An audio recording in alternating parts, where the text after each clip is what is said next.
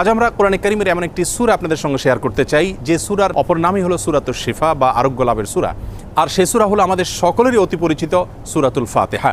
সহিহ বুখারীতে আবু সাঈদ খুদরী রাদিয়াল্লাহু আনহু থেকে একটি হাদিস বর্ণিত হয়েছে, যে হাদিসের মাধ্যমে বোঝা যায় যে সাহাবায়ে কেরাম সূরাতুল ফাতিহার মাধ্যমে চিকিৎসা গ্রহণ করেছেন এবং অলৌকিকভাবে, বিস্ময়করভাবে কঠিন এবং দুরারোগ্য সমস্যা থেকে তারা মুক্তি লাভ করেছেন। তখন নবী করিম সাল্লাল্লাহু আলাইহি ওয়াসাল্লাম বিষয়টি জানতে পারার পর তাকে বলেছিলেন, ওমা ইউদরিকা আন্নাহা রুকিয়া, তুমি কিভাবে জানলে যে সূরা ফাতিহা এটি রুকিয়া বা সকল রোগ থেকে শেফার একটি মাধ্যম। এজন্য এই সূরা সম্পর্কে উলামায়ে কেরাম বলে থাকেন যে সূরা ফাতিহার মাধ্যমে যে কোনো রোগ বালাই থেকে, যে কোনো বিপদ আপদ থেকে, যে কোনো অসুখ বিসুখ থেকে মুক্তি লাভের মাধ্যম হিসাবে আমরা এটিকে ব্যবহার করতে পারি। সূরা ফাতিহা এ সম্পর্কে ইমাম ইবনুল কাইয়িম রাহিমাহুল্লাহ তিনি বলেছেন, এই সূরাটিকে বারবার আমি আমল করে দেখেছি।